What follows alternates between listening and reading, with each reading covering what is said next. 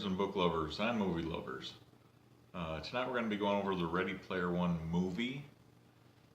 I'm torn about this one, which I guess is a good thing.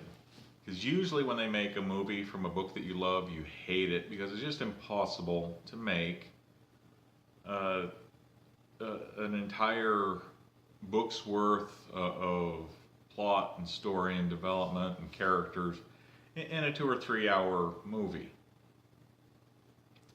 So I didn't hate it, and where I'm torn is if I didn't love the book, I would probably give it an 8 or a 9 out of 10. But where I was kind of wanting to see a movie of the book, it kind of irritates me, and then there were a couple of parts that I hated, so I want to give it a 4. I'm conflicted. I'm really conflicted on the movie. There's if you love the movie and you haven't read the book, that's a good thing because there's a 99% chance you're gonna like the book because the book is amazing.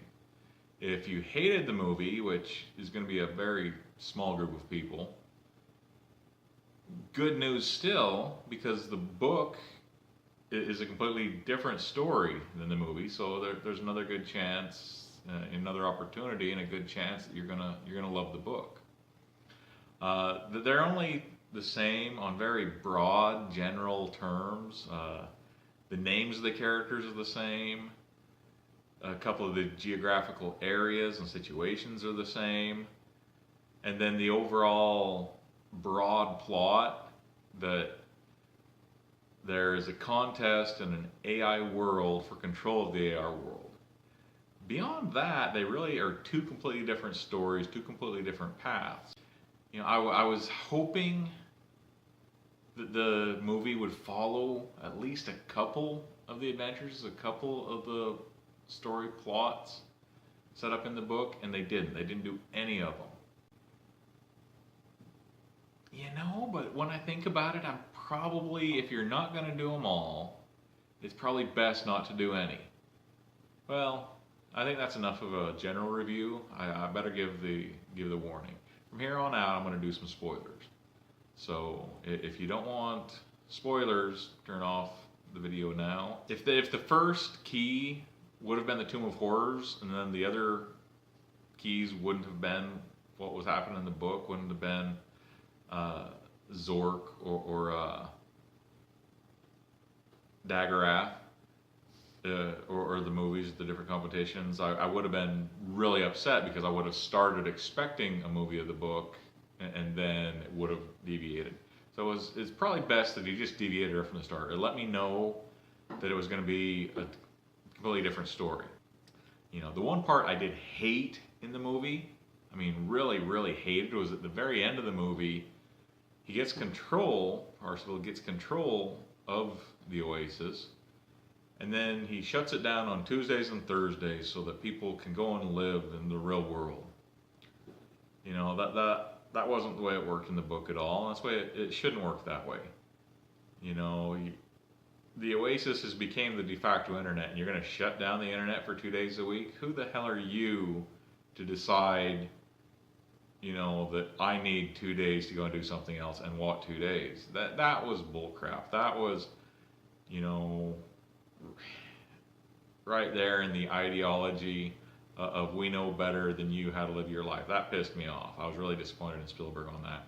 And then the other thing that pissed me off about that aspect also was I've heard it from the baby boomer generation and some in Generation X. I imagine there'll be a few in the millennials that's always saying, put the video game down, step away from the TV, those things rot your brain, those things just stagnate your life. You're never going to amount to anything doing those things. Go outside and play. Go outside and do something. We didn't have those things when we were young. And that part of the movie played right into that. So I guess apparently it touched a sore spot. And just like, back off, shut up, it's my life. Stop forcing your erroneous opinions upon me. Enough of a rant on that. I've had an argument with my friend Rincewind.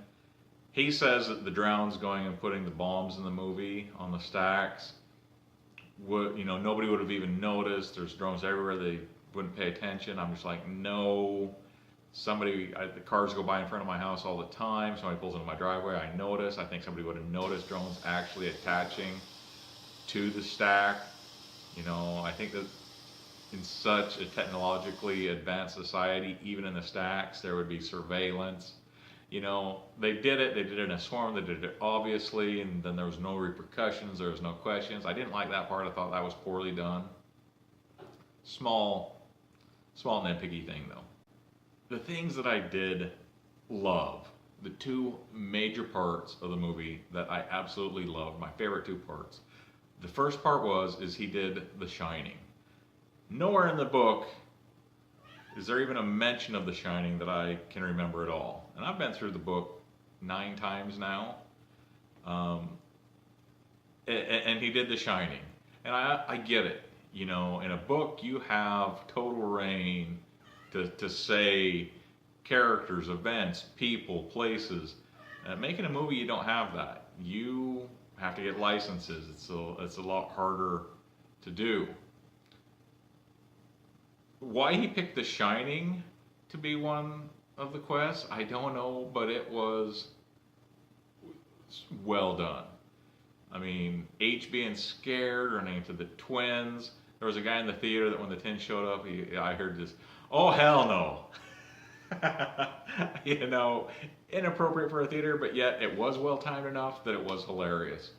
And the best part though is it set up for that when IOI found out that The Shining, going through The Shining movie, was how to get the key. They did the scene where they says, now all we got to do is have our guys go and get the key, and then they showed the work floor, and all of the IOI employees hooked up to the Oasis universe were freaking out and screaming and rolling around on the floor and bouncing off walls and trying to get away from the monsters and the terror of being in The Shining movie. It was hilarious. I got to give it to him. That was awesome. The race was awesome. The second part that I absolutely loved was when Parzival sends the call out on the Oasis. I need you guys to come and help me, IOI. In this big battle that we're about to try and get control of the last key in the third gate. And it's the looking across the field on the world, nobody's there, and the depressive moment. And then the army shows up, which is the millions of people in the Oasis. Is like, oh hell yeah, we're coming to help. And then they show up looking for the Easter eggs, the Teenage Mutant Ninja Turtles, Mortal Kombat, Halo, hundreds of Easter eggs. I mean, it is a fun video for you to sit there and pause and try and see how many of the characters you recognize. He put a lot of work into hiding. The extras were just different cultural figures from our past, or the nerd culture. That was pretty cool. The Iron Giant going down, Terminator style, loved it.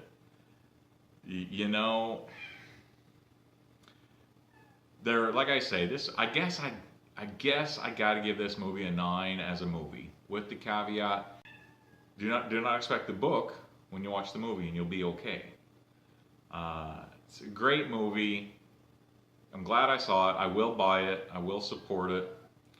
I have the book. I have the movie. I consider them two different entities. I can enjoy them both. Well, that's all I have for the Ready Player One movie. But I do want to leave you with a thought for the day. What do nerds want? We want time travel. When do we want it? It's irrelevant.